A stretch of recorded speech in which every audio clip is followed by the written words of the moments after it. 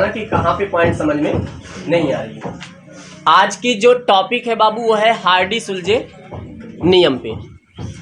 आज की केमिस्ट्री में वैद्युत कण संचलन हुआ। वैद्युत कण संचलन के बाद आपको अगली चीज क्या हुई बाबू? स्कंदन हुई।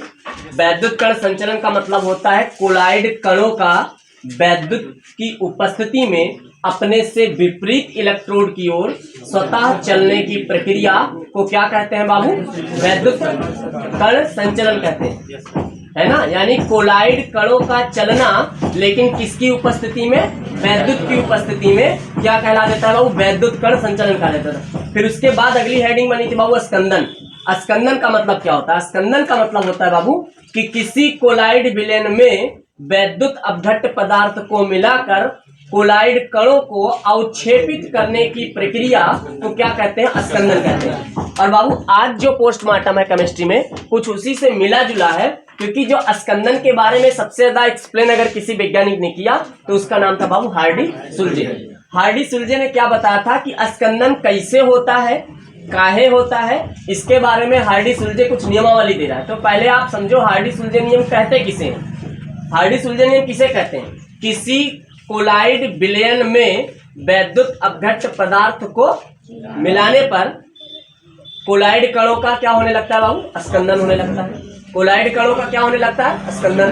तो इसी स्कंदन को समझने के लिए हार्डी-सुलजे ने कितने नियम दिए थे? 3 नियम दिए थे, जिसे क्या कहते हैं बाबू? हार्डी-सुलजे का नियम कहते हैं। किसी कोलाइड विलयन में जब वैद्युत अपघट्य पदार्थ को मिलाया जाता है तो कोलाइड कणों का क्या होने लगता है? स्कंदन। इस बात को समझने के लिए हार्डी-सुलजे ने कितने नियमावली दिए बाबू? 3, जिसे क्या कहते हैं बाबू? हार्डी-सुलजे का नियम कहते हैं। अब पहला नियम क्या कहता है हार्डी-सुलजे का, ये बात ध्यान से समझो। हार्डी-सुलजे का पहला नियम क्या कहता है?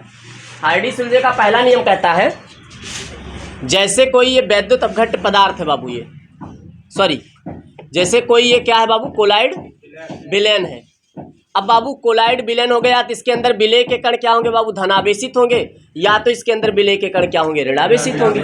मैं ये नहीं कह देता दोनों साथ, मतलब या तो धनावेशित होगा या तो ऋणावेशित होगा, क्योंकि आपको बताया गया है कि कोलाइड कणों पर जो आवेश होता है वो द्वितीय में होता है, या तो धनावेशित होगा या तो वो ऋणावेशित होगा। और या कुछ होते हैं जो किस पॉइंट में होते हैं बाबू? न्यूट्रल वाले में होते हैं। लेकिन आपके जो 99.99% किस में होंगे? धनात्मक और ऋणात्मक में। तो पहला नियम क्या कहता है? हार्डी-सुलजे का पहला नियम क्या कहता है कि जब किसी कोलाइड विलयन में किसी वैद्युत अपघट्य पदार्थ को हम लोग क्या करते हैं? मिलाते हैं। जब किसी कोलाइड विलयन में, कौन सा विलयन है बाबू? ये कोलाइड विलयन है। कौन सा विलयन है? जब किसी कोलाइड विलयन में किसी वैद्युत अपघट्य पदार्थ को डाला जाता है तो वही आयन ज्यादा सक्रिय होते हैं, वही आयन ज्यादा प्रभावी होते हैं जो कोलाइड कणों के विपरीत होते हैं। आपको पता है वैद्युत अपघट्य का मतलब है प्लस और माइनस। वैद्युत अपघट्य पदार्थ के अंदर प्लस आयन और माइनस आयन होंगे। अगर बाबू कोलाइड कण नेगेटिव है, कोलाइड विलयन के अंदर जो कणों पर कौन सा आवेश हो? ऋणात्मक। तो कौन सा आयन ज्यादा सक्रिय होगा? पॉजिटिव ना बाबू, धनात्मक ना। अगर हम कहते हैं नहीं कोलाइड कणों के, जो कोलाइड विलयन है उसके जो कण है उनके ऊपर धनात्मक आवेश है, तो इसके ऊपर कौन सा वैद्युत अपघट्य का कौन सा आयन ज्यादा सक्रिय होगा? ऋणात्मक। तो सिंपल सा मेरे कहने का मतलब है कि जब किसी वैद्युत अपघट्य पदार्थ को किसी कोलाइड विलयन के अंदर क्या करते हैं बाबू? मिलाते हैं, तो वैद्युत अपघट्य के वही आयन ज्यादा सक्रिय होते हैं, तो वैद्युत अपघट्य के वही आयन ज्यादा सक्रिय होते हैं जो कोलाइड कणों के विपरीत होते हैं। मेरी बात समझ में आया भैया? जो कोलाइड कणों के, भैया एक बात और बता दें, समझ में आया? दिमाग में आज अपने लगा लो। 3 आदमी है बाबू, एक ए है, एक बी है और एक क्या है? सी है। इसके पास ये बाबू पैदल है। ये कैसा चल रहा है? ये पैदल। और ये चल रहा है बाबू साइकिल से। और इसके पास है जो है बुलेट है, ये है ना भैया? बढ़िया सी गाड़ी जो है, एक ठीक बढ़िया गाड़ी होती है जो बहुत ऊंची सीट होती है, उसका नाम नहीं याद आ रहा है। हाँ, KTM। हाँ, बढ़िया बतौले जो है KTM होती है। ये पैदल वाले की, पैदल वाला क्या सोचता है?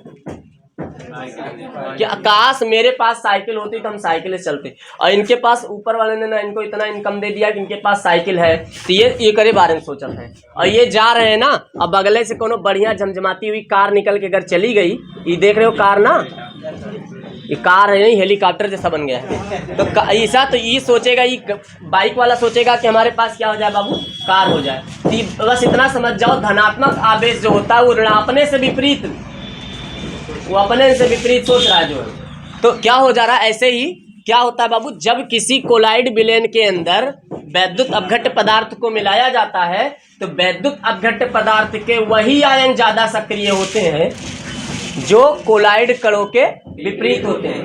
बात समझ में आई पूरी बात? अच्छा, दूसरी बात हार्डी-सुलजे अपनी दूसरी नियमावली में कहता है, अपनी नियमावली 2 देता है बाबू, क्या बोलता है पता है, कि वैद्युत अपघट्य पदार्थ के वही आयन ज्यादा सक्रिय होंगे, वैद्युत अपघट्य पदार्थ के वही आयन ज्यादा सक्रिय होंगे जिनकी संयोजकता अधिक होगी।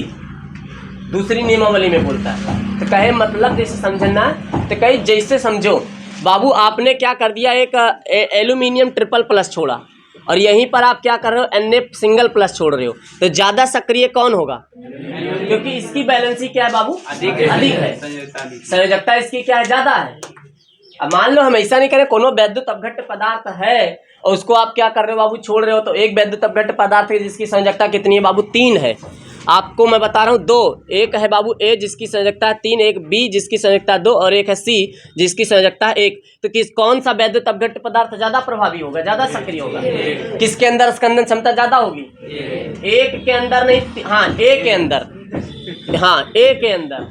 हम कह रहे हैं सब लोग एक एक काहे कह रहे हो, बात समझ में आई? पहली नियमावली क्या कहती है? पहली नियमावली कहती है कि जब किसी वैद्युत अपघट्य पदार्थ को किसी कोलाइड विलयन के अंदर मिलाया जाता है या डाला जाता है तो वैद्युत अपघट्य के वही आयन ज्यादा सक्रिय होते हैं जो कोलाइड कणों के विपरीत होते हैं। बात समझ में आया? और दूसरी नियमावली में क्या कह रहा है हार्डी-सुलजे? दूसरी नियमावली में कह रहा है कि वैद्युत अपघट्य पदार्थ के, जो वैद्युत अपघट्य पदार्थ के वही अणु, वही आयन ज्यादा सक्रिय होते हैं जिनकी संयोजकता अधिक होती है। मतलब वैद्युत अपघट्य पदार्थ की जो स्कंदन क्षमता होती है वो डिपेंड करती है उस वैद्युत अपघट्य पदार्थ की संयोजकता पर। बात समझ में आई भैया? मतलब जो स्कंदन क्षमता है बाबू किस पे निर्भर करती है? संयोजकता पे। बात समझ में आया? और ये जो स्कंदन क्षमता है किस पे डिपेंड करती है? अपने से विपरीत आयन पे। अगर खुद ऋणात्मक है सोचा तो धनात्मक वैद्युत अपघट्य आवे, अगर खुद धनात्मक है तो ऋणात्मक, और तभी तो बाबू प्लस और माइनस होके न्यूट्रल होके नीचे बैठेगा, अवक्षेपित तभी तो होगा। तीसरी नियमावली क्या कहती है? बहुत खतरनाक है बाबू तीसरी नियमावली। हार्डी-सुलजे तीसरी नियमावली में अपना खूब दिमाग लगा दिया है। समझ में बात आवा? कैसे क्या दिमाग लगाया पहले ध्यान से सुनो। हार्डी-सुलजे कहता है कि किसी भी वैद्युत अपघट्य पदार्थ की जो स्कंदन क्षमता होती है ना, स्कंदन शक्ति या स्कंदन क्षमता, बात समझ में आई? किसी भी वैद्युत अपघट्य पदार्थ की जो स्कंदन क्षमता होती है या स्कंदन शक्ति होती है, ये डिपेंड कर किसके व्यतिक्रमानुपाती होती है? उड़यनमान पे, है ना भैया? यानी कि स्कंदन शक्ति जो होती है, स्कंदन शक्ति ये उड़यनमान के क्या होती है? व्यतिक्रमानुपाती होती है। उड़यनमान के क्या होती है? व्यतिक्रमानुपाती होती है। तो उड़यन, अब हाँ रुको पहले एक सेकंड रुक जाओ। तो हरिश्चंद्र कह रहे हैं गला तार दबा दी, हम उड़यनमान का कुछ बोले हो तो पहले बताओ नियमावली, पहले समझो, अब हम डिफिनीशन तो बताइए, कहाँ भाग के हम जावे भैया। तीसरा नियमावली समझ में आई?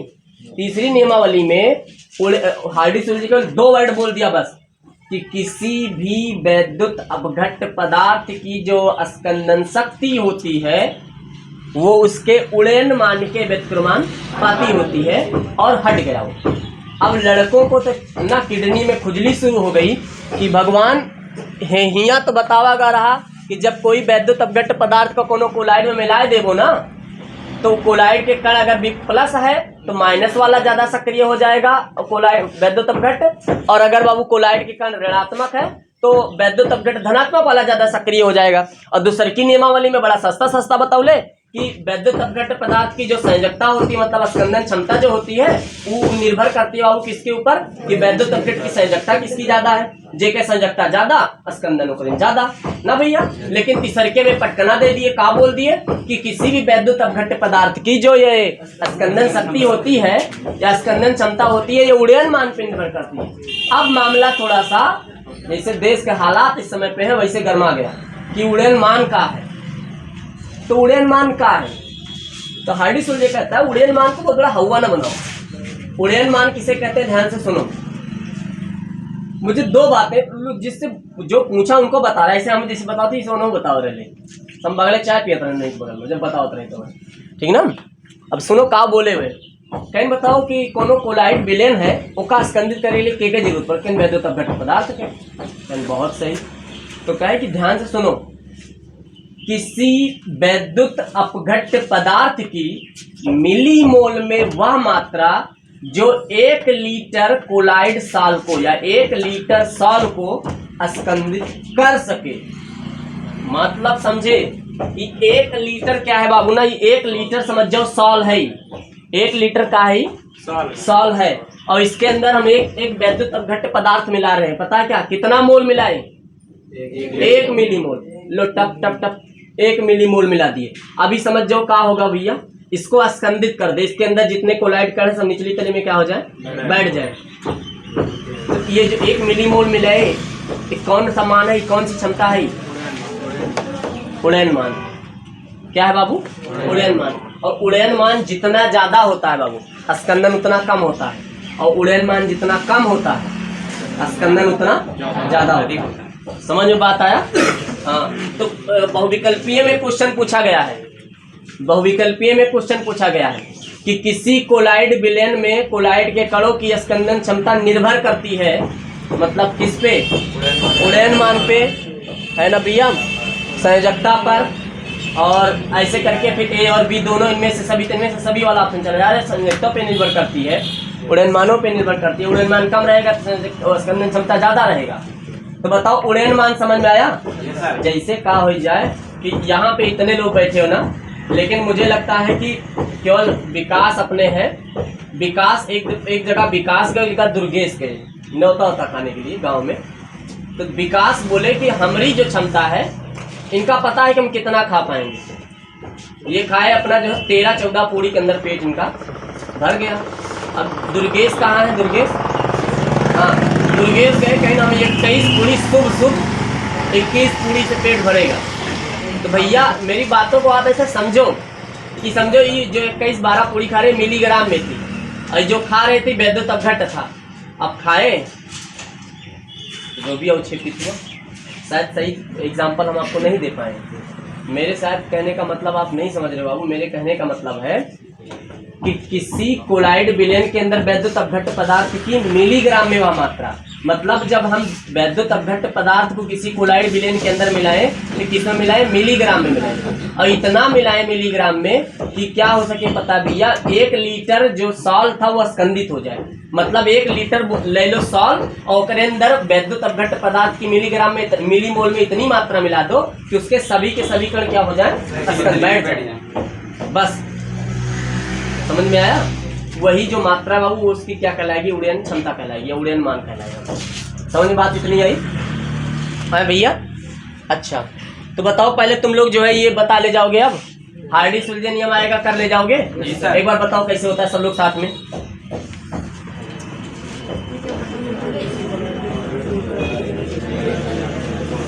और मंत्र मार रहे हैं।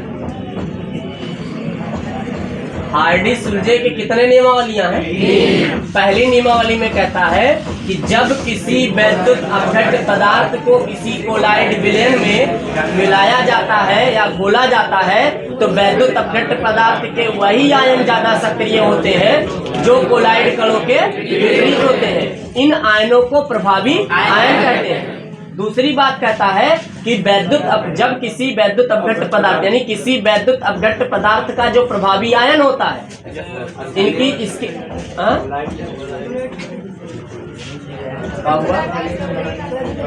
तुम्हें लोग बता दो, जब किसी वैद्युत अपघट्य पदार्थ की स्कंदन शक्ति विवेक बता रहे जो। अरे भैया पूरी बतिया तो पहले सुन लो। किसी भी वैद्युत अपघट्ट पदार्थ की स्कंदन क्षमता जो होती है वो निर्भर करती है उस वैद्युत अपघट्ट पदार्थ की संयोजकता पर। जिसकी संयोजकता ज्यादा उसकी स्कंदन क्षमता ज्यादा। और तीसरी बात बताया था कि किसी भी वैद्युत अपघट्ट पदार्थ की जो स्कंदन क्षमता होती है उड़यनमान में क्या होती है। अब उड़यनमान का चीज होता है। उड़यनमान का मतलब होता है वैद्युत अपघट्ट पदार्थ का मिलीग्राम में वह मात्रा जो 1 लीटर साल को का करा सके स्कंदित। भले बा इसको क्या कहते हैं बाबू? उड़यनमान। क्या बोलते हैं बाबू? नहीं, वैद्युत अपघट्ट पदार्थ अगर ज्यादा मिलाओगे बाबू तो स्कंदन क्षमता क्या हो जाएगी फिर ज्यादा। अरे भैया कैसे नहीं ज्यादा? वैद्युत अपघट्ट पदार्थ में ज्यादा स्कंदन। उड़यनमान अगर ज्यादा होगा तो स्कंदन शक्ति कम हो जाएगी। ये विपरीत कह रहा, हम इनके अपोजिट वर्क करते हैं। उड़यनमान ज्यादा स्कंदन क्षमता कम, वो कम करेगा जो है फिर अवक्षेपित कम कर देगा वो। ठीक ना? अच्छा टाइम कितना हुआ बताओ?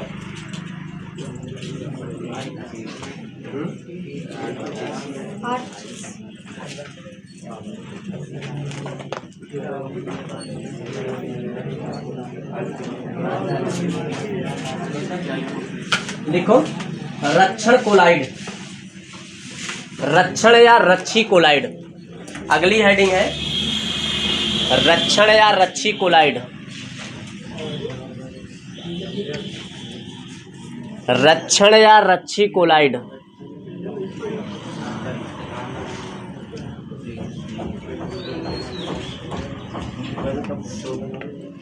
पहले लिख बाबू रक्षण